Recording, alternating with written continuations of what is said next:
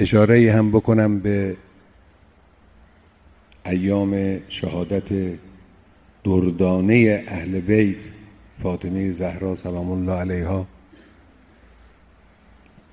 صدیقه طاهره، که این روزها بنابر روایت 75 روز ایام شهادت اون بزرگوار امیرالمؤمنین، این روزها با دل شکسته،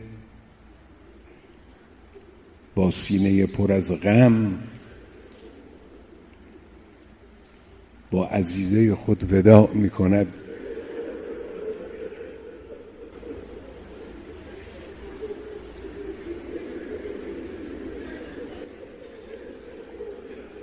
ودیعه گرانبهای پیغمبر رو به او بر می گرداند.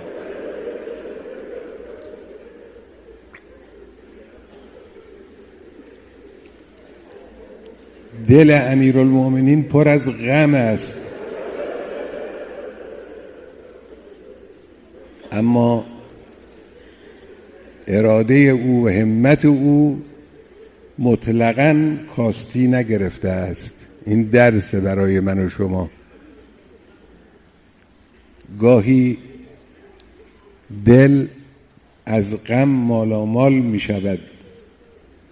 هست از این قبیل قضایا در زندگی انسان، چه زندگی فردی چه زندگی اجتماعی،